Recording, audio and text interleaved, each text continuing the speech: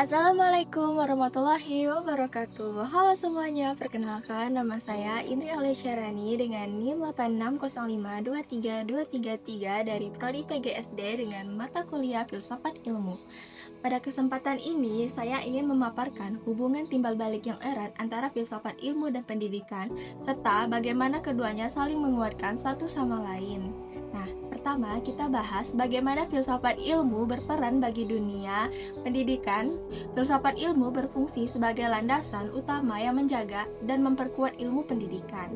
Dari sisi eksistensi, filsafat ilmu memberikan dasar pemahaman tentang hakikat dan tujuan, sehingga ilmu pendidikan berdiri kokoh sebagai disiplin ilmu yang sah, bukan sekedar kebiasaan semata. Nah, dari sisi keilmiahan, filsafat ilmu menetapkan standar metode, cara berpikir, dan aturan kebenaran. Jadi segala teori, penelitian, dan pembahasan dalam pendidikan itu terstruktur, logis, dan bisa dipertanggungjawabkan.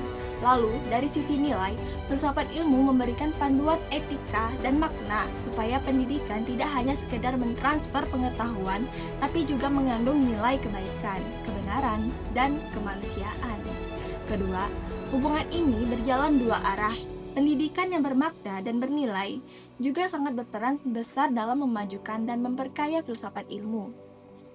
Pendidikan adalah tempat nyata di mana gagasan filsafat diterapkan dan diuji. Berbagai tantangan, pengalaman, serta masalah yang muncul seiring berjalannya proses pendidikan justru memicu pemikiran baru yang mendorong filsafat ilmu untuk terus dikembangkan, diperbarui, dan disempurnakan. Tanpa pendidikan, filsafat ilmu hanya akan menjadi teori kosong yang tidak menyentuh kehidupan nyata. Nah, ketiga, seringkali filsafat ilmu disebut sebagai pisau analisis dalam menyelesaikan persoalan pendidikan. Alasannya itu karena filsafat ilmu memiliki tiga pilar utama yang bisa membedah masalah sampai ke akarnya. Pertama, ada ontologi. Ontologi yang menelaah hakikat. Jadi kita bisa paham apa sih itu pendidikan, apa sih itu manusia, dan apa itu pengetahuan yang ingin kita sampaikan.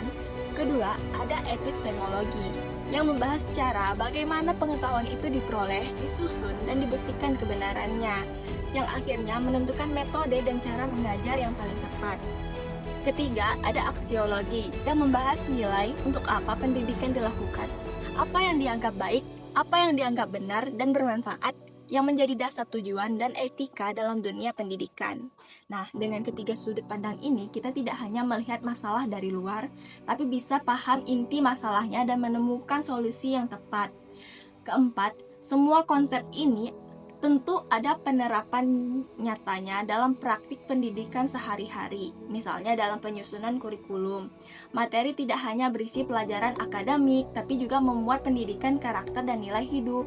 Itu didasari pandangan bahwa tujuan pendidikan adalah membentuk manusia yang utuh, bukan hanya pintar saja.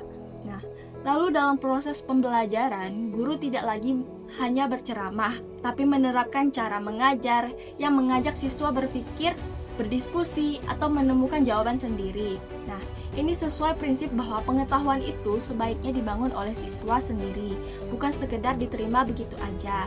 Dan juga dalam kebijakan pendidikan, ada aturan pemerataan kesempatan belajar, pendidikan inklusif, hingga program wajib belajar. Semua ini lahir karena berpegang teguh pada nilai keadilan dan hak setiap warga negara untuk mendapatkan pendidikan yang layak. Sebagai penutup, dapat kita simpulkan bahwa filsafat ilmu dan pendidikan itu ibarat dua sisi mata uang yang tak terpisahkan.